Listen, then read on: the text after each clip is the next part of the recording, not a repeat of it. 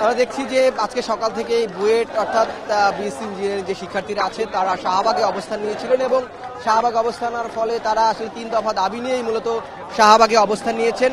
এবং এই শাহবাগে অবস্থানের পরে আমরা দেখলাম যে বেলা গড়ানোর সাথে সাথে অর্থাৎ এই দুপুরের দিকে তারা প্রধান উপদেষ্টা যে বাসভবন যমুনা, সেই যমুনা অভিমুখে তারা যাত্রা করেছিলেন এবং এই যাত্রার পথে যেটি পরিবাগ মোড় হিসেবে পরিচিত কিংবা হোটেল ইন্টারকন্টিনেন্টালের যে প্রবেশ পথটি রয়েছে অর্থাৎ যেখান থেকে এই প্রধান উপদেষ্টা বাসভবন যমুনায় প্রবেশ করে, সেই জায়গায় আসার পরেই মূলত আইনশৃঙ্খলা বাহিনীর সদস্যদের সাথে সাধারণ শিক্ষার্থীর একটি সংঘর্ষে জড়িয়ে পড়ে এবং এই সংঘর্ষতে আমরা দেখেছি যে এখানে টিয়ার গ্যাস নিক্ষেপ করা হয়, সাউন্ড গ্রেনেড নিক্ষেপ করা হয়। শিক্ষার্থীদের পক্ষ থেকে প্রথম দিকে আমরা দেখেছি যে ইট পাটকেল নিক্ষেপ করার ঘটনা ঘটেছে। এর পরবর্তীতে দেখেছি যে শিক্ষার্থীদের এই পরিবাগ মোড় অর্থাৎ হোটেল ইন্টারকন্টিনেন্টালের সামনে এখন যেখানে শিক্ষার্থীরা অবস্থান করছে এখান থেকে তাদেরকে সরিয়ে দেওয়ার জন্য আবার শাহবাগের মোড়ে তাদেরকে সরিয়ে দেওয়ার চেষ্টা করে এবং সেই সরিয়ে দেওয়ার ক্ষেত্রে আমরা দেখেছি যে আইনশৃঙ্খলা বাহিনীর সদস্যরা তারা শিক্ষার্থীদের এখানে টিয়ার গ্যাস নিক্ষেপ করে তাদেরকে ছত্রভঙ্গ করে দেয় এবং শিক্ষার্থীরা এখান থেকে এক ধরনের সরে যেতে বাধ্য হয়। তারা যখন শাহবাগের মোড়ে প্রথম দফায় আমরা দেখলাম যে শাহবাগের মোড় অবধি শিক্ষার্থীদের তাদেরকে সেখানে পৌঁছে দিয়েছেন, অর্থাৎ তাদেরকে ছত্রভঙ্গ করে শাহবাগের মোড়ের দিকে নিয়ে গিয়েছেন। এরপরে যখন পুলিশ সদস্যরা আবার ফিরে এসেছেন হোটেল ইন্টারকন্টিনেন্টালের মোড়ে, ইতিমধ্যে পুনরায় শিক্ষার্থীরা সংগঠিত হয়ে তারা এখানে আবার এই হোটেল ইন্টারকন্টিনেন্টালের সামনে অবস্থান নিয়েছেন এবং এখানে সাধারণ শিক্ষার্থীরা তারা বলছেন যে তারা বেশ কয়েকদিন ধরেই কিন্তু তাদের যে 3 দফা, এখানে তারা বলছেন যে ডিপ্লোমা ইঞ্জিনিয়ার এবং বিএসসি ইঞ্জিনিয়ারদের সাথে একটি চাকরির যে বৈষম্য, সেই বৈষম্য নিরসনে তারা দাবি জানিয়ে এসেছিলেন, সেটি একটু তাদের বিষয় ছিল। এবং বুয়েটের একজন সাবেক অ্যালামনাই অর্থাৎ শিক্ষার্থী, তাকে হত্যার হুমকি দেওয়া হয়েছিল, সেই হত্যার হুমকির বিচারের কথাও কিন্তু তারা এখানে তুলেছেন এবং এই তারা আরেকটি বলেছিলেন যে আলটিমেটাম তারা আসলে মূলত দিয়েছিলেন, 48 ঘন্টার একটি আলটিমেটামও তারা গত পরশু দিয়েছিলেন। এর মধ্যে তাদের সমস্যা যদি সমাধান না করা হয় তাহলে তারা কঠোর কর্মসূচির দিকে যাবেন। তারাই ধারাবাহিকতায় আমরা দেখেছি যে তারা বলছেন আজকে তারা সকাল থেকেই মূলত শাহবাগ মোড়ে জড়ো হয়েছেন। জড়ো হওয়ার পরে আমরা দেখলাম এই শাহবাগ মোড় যেহেতু একটি গুরুত্বপূর্ণ সড়ক, রাজধানীর এখানে গুরুত্বপূর্ণ স্থানে যাওয়ার একটি বিকল্প সড়ক হিসেবে ব্যবহার করা হয় এবং এখানে বেশ কয়েকটি জনগুরুত্বপূর্ণ স্থাপনা রয়েছে। বাংলাদেশ মেডিকেল হাসপাতাল, যেটি পিজি হাসপাতাল নামে পরিচিত, সেই হাসপাতালে রয়েছে, ঠিক তার পাশে এখানে বারডেম হাসপাতাল রয়েছে এবং ঢাকা বিশ্ববিদ্যালয় রয়েছে, জাতীয় জাদুঘর রয়েছে। অর্থাৎ সামগ্রিকভাবেই যেহেতু এটি একটি জনগুরুত্বপূর্ণ এলাকা এবং এখানে প্রচুর মানুষ এই সড়ক ব্যবহার করে, শাহবাগ মোড় ব্যবহার করে রাজধানীর বিভিন্ন স্থানে যাতায়াত করেন। এই সড়ক বন্ধ হওয়ার ফলে কিন্তু এক ধরনের এখানে প্রতিবন্ধকতা তৈরি হয়েছে, সাধারণ মানুষের যে যানজট, সেই যানজট সৃষ্টি হয়েছে। যদিও আমরা এখন যেই পাশটি অর্থাৎ শিক্ষার্থীরা অবস্থান করেছে অপর পাশে অপর লেনটি কিন্তু এখন খোলা রয়েছে, সেখান থেকে শিক্ষার্থীরা যাতায়াত করছেন বা শিক্ষার্থীরা এবং সাধারণ যে পরিবহন রয়েছে রিক্সা, সিএনজি, ব্যক্তিগত গাড়ি, সেগুলো এখানে থেকে যাচ্ছেন।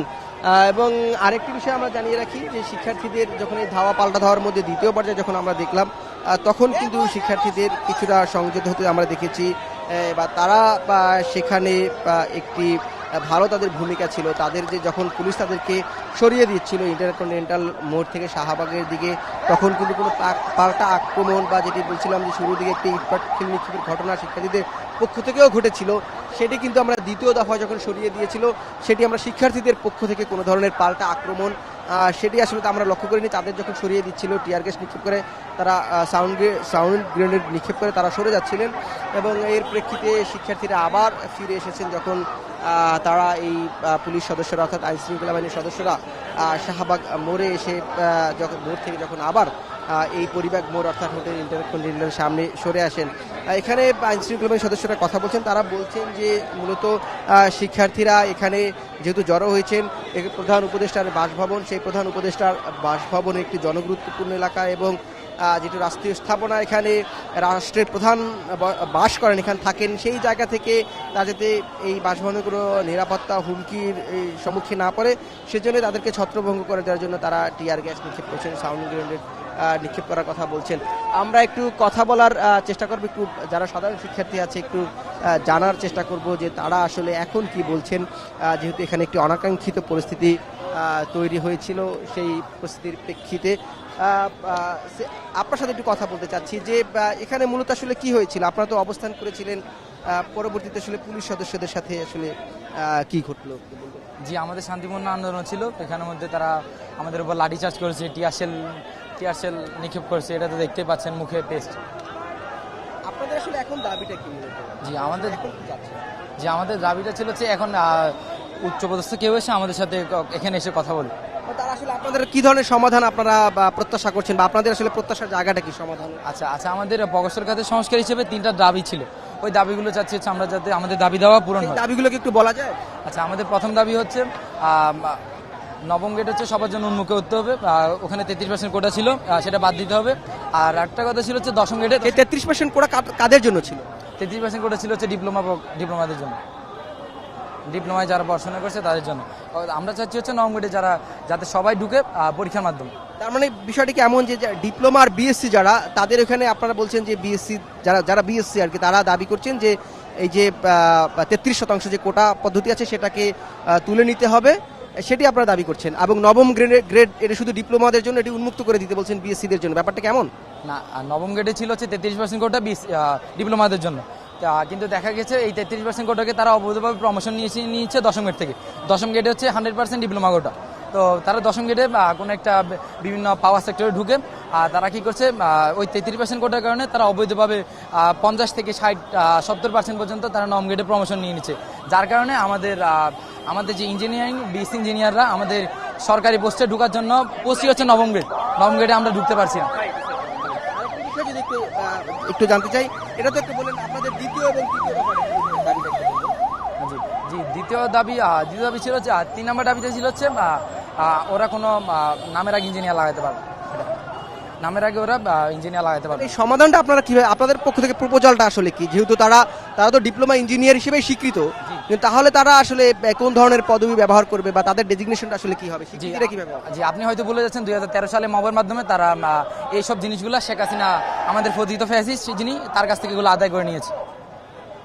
তাহলে আপনাদের মানে প্রপোজালটা কি, সমাধানের প্রপোজালটা আপনাদের পক্ষ থেকে? জি, আমাদের প্রমোশন হচ্ছে আমাদের যেটা প্রপোজাল হচ্ছে নবম গেট এবং দশম গেটে সবাই পরীক্ষার মাধ্যমে ঢুকবে, সেখানে মেধার মাধ্যমে যোগ্যতা যারা পরীক্ষার মাধ্যমে সবাই একই সাথে। যোগ্যদের স্থানে তো অযোগ্যদের বসাইলে তো আর দেশ আপনার ভালো দিকে যাবে না কখনো, কারণ অযোগ্যরা যদি যোগ্যদের স্থান নিয়ে নেই তাহলে যোগ্যরা কখনো প্রকৃত মূল্যায়ন পাবে না, তাহলে আমাদের দেশের মধ্যে যোগ্যরা কেন থাকবে?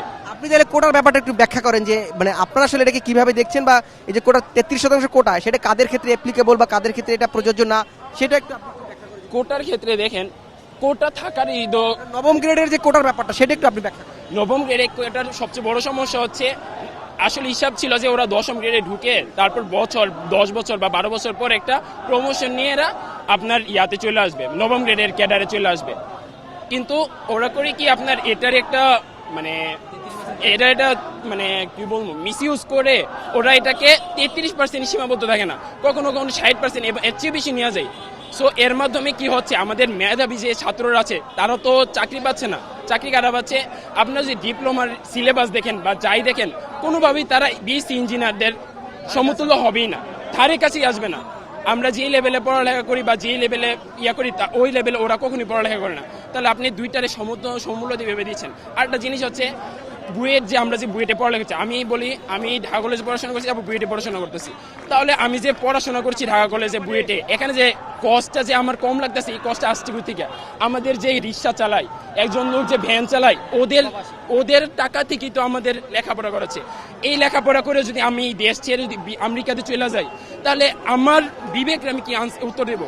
ঠিক আছে, আমারও দেশের প্রতি একটা মানে আমার তো একটা আছে, কর্তব্য আছে দেশের প্রতি, যে দেশ আমাকে যেটা দিয়েছে আমাকে এটার একটা ফলাফল তাদের দিতে হবে, কিন্তু এই সুযোগই তো আমি পাচ্ছি না।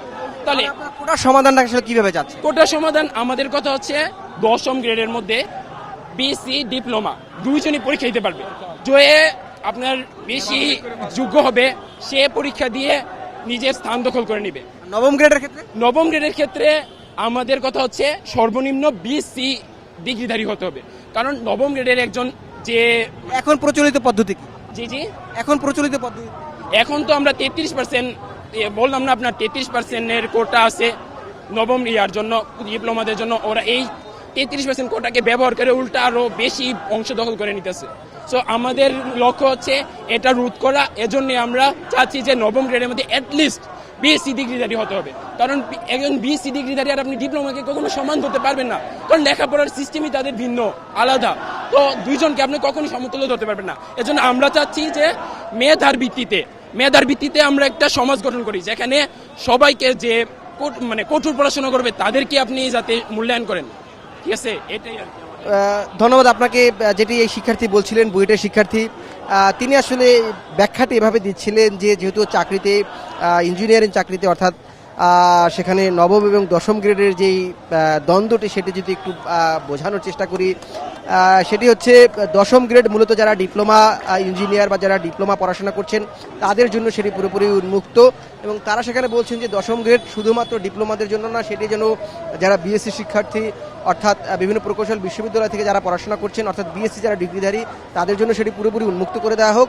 এবং নবম গ্রেডের যে বিষয়টি তারা বলছেন এটি মূলত 77% বিএসসি ইঞ্জিনিয়ারদের জন্য এবং 33% ডিপ্লোমা ইঞ্জিনিয়ারদের জন্য, এবং তারা বলছেন যে এই পুরোপুরি এটি 100% নবম গ্রেড সেটি বিএসসি ইঞ্জিনিয়ার তাদের জন্য করা হোক।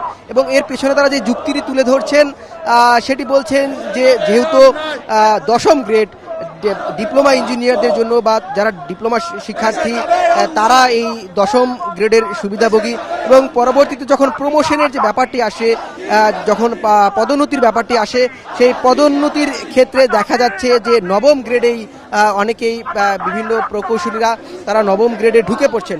অর্থাৎ তারা বলছেন যে তাদের যে নবম গ্রেডে ডিপ্লোমা ইঞ্জিনিয়ারদের জন্য অর্থাৎ ডিপ্লোমা শিক্ষার্থীদের জন্য 33% একটি কোটা ব্যবস্থা রয়েছে, সেটি তারা আসলে অতিক্রম করে যাচ্ছেন, এবং তারা বলছেন যে সেটি প্রায় অর্ধ শতাংশ, অর্থাৎ এই 33% 50%কে ছাড়িয়ে যায় বা তার কাছাকাছি পর্যন্ত পৌঁছে যায়, এমনটি অভিযোগ তারা করছেন। এজন্য মূলত এটি রোধ করার জন্য তারা যে দাবি নিয়ে এখানে বসেছেন, তারা বলছেন যে নবম গ্রেড সেটি পুরোপুরি বিএসসি ইঞ্জিনিয়ারদের জন্য সেটি উন্মুক্ত করে দেওয়া, এবং সেখানে যে 33% ডিপ্লোমা ইঞ্জিনিয়ারদের জন্য অথবা ডিপ্লোমা শিক্ষার্থীদের যে রয়েছে সেটি বন্ধ করে দেওয়া, এবং দশম গ্রেড যেটি রয়েছে চাকরিতে এই ইঞ্জিনিয়ারিং চাকরিতে এই প্রকৌশলী খাতে, সেখানে সেটি পুরোপুরি ডিপ্লোমাদের এখন যেহেতু 100% সেখানে তারা এই দশম গ্রেডের সুবিধাভোগী, সেখানে সেটি বিএসসিদের জন্য বা বিএসসি শিক্ষার্থীদের জন্য উন্মুক্ত করে দেওয়া হয়, এই দাবিটি তারা আসলে জানাচ্ছেন। এবং এখানে আমরা দেখলাম যে কিছুক্ষণ আগে কিন্তু আইন শৃঙ্খলা বাহিনীর সদস্যরা তারা এখানে কথা বলার চেষ্টা করছে, সেটি একটু আপনাদেরকে পরে জানানোর চেষ্টা করি যে আইন শৃঙ্খলা বাহিনীর সদস্যরা এটি কি বলেছেন। কিন্তু আমরা এখানে দেখেছি এখানে যারা যে সকল শিক্ষার্থীরা নেতৃত্ব পর্যায়ে রয়েছেন তারা কথা বলছেন, তাদের একটু কথা বলার বা শোনার চেষ্টা করবো আমরা। আমরা দেখেছি আমাদের নিরস্ত্র শিক্ষার্থীদের উপর এক পুলিশ পেটোয়া বাহিনীর মতন হেলমেট দিয়ে তাকে বাড়ি দিয়েছে। আমরা এর স্পষ্ট জবাব চাই। ভাইরা আমার, আমরা এখানে পুলিশদেরকে বারবার হাত উঁচু করে বলেছি আমরা এখানে কোনো প্রকার সহিংসতা করতে আসিনি, আপনারা দয়া করে কোনোভাবে আক্রমণ চালাবেন না। কিন্তু তারা আমাদের কোনো কথা শুনেননি, তারা বারবার অনবরত টিয়ার গ্যাস, বোমা এবং সাউন্ড গ্রেনেড, কাঁদুনে গ্যাস নিক্ষেপ করে, যার কারণে আমাদের বুয়েট, রুয়েট, চুয়েট এবং অন্যান্য প্রাইভেট এমআইএসটি, আহসানুল্লাহ, বিওপি বিভিন্ন বিশ্ববিদ্যালয়ের শিক্ষার্থীরা এখানে আহত হয়। এর জবাব প্রশাসনকে অবশ্যই দিতে হবে। ভাইরা আমার, আমরা এখানে আবারও বলতে চাই, এখানে এখানে এখানে কেউ আমাদের শত্রু নয়, কিন্তু আমরা দেখলাম পুলিশ আমাদের সেই পেটোয়া বাহিনীর মতো আক্রমণ করে। Same same same on police. আমরা চাই না আমাদের কোনো ভাই হচ্ছে আহত হোক। আমরা দেখলাম আমরা যখন শান্তিপূর্ণভাবে হচ্ছে যেখানে যাই, পুলিশ হঠাৎ করে অতর্কিতভাবে হচ্ছে বোমা নিক্ষেপ করে। আমরা এটা খুবই লজ্জা তীব্র নিন্দা জানাচ্ছি। আমরা সন্দেহ পোষণ করি এই পুলিশ আসলে কাদের নির্দেশে আমাদের এই সাধারণ শিক্ষার্থীদের উপরে আক্রমণ করেছে। আমরা এর জবাব চাই। আমরা জবাব না নিয়ে কি যাব না।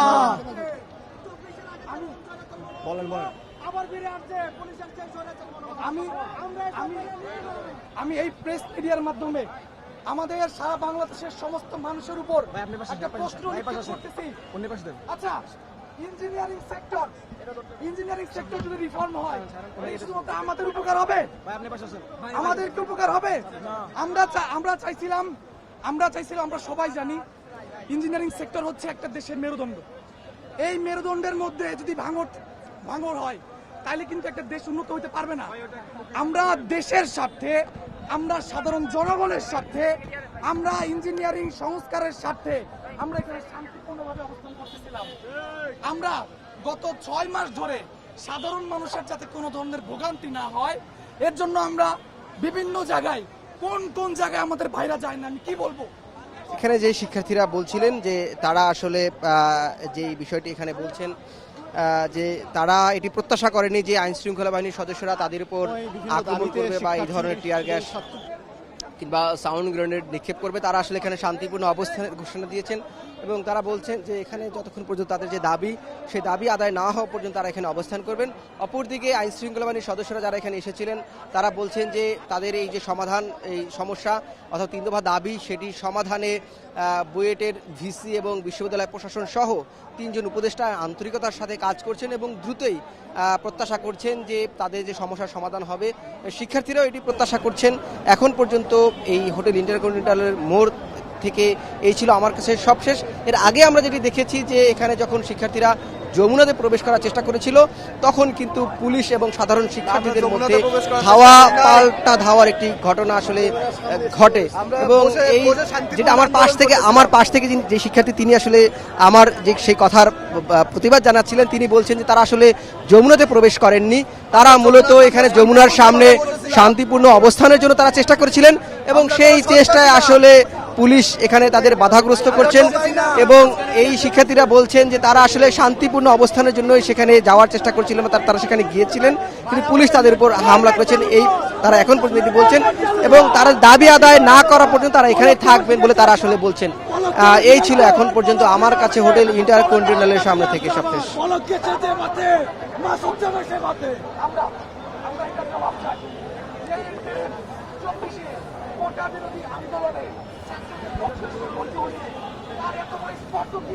ঠিক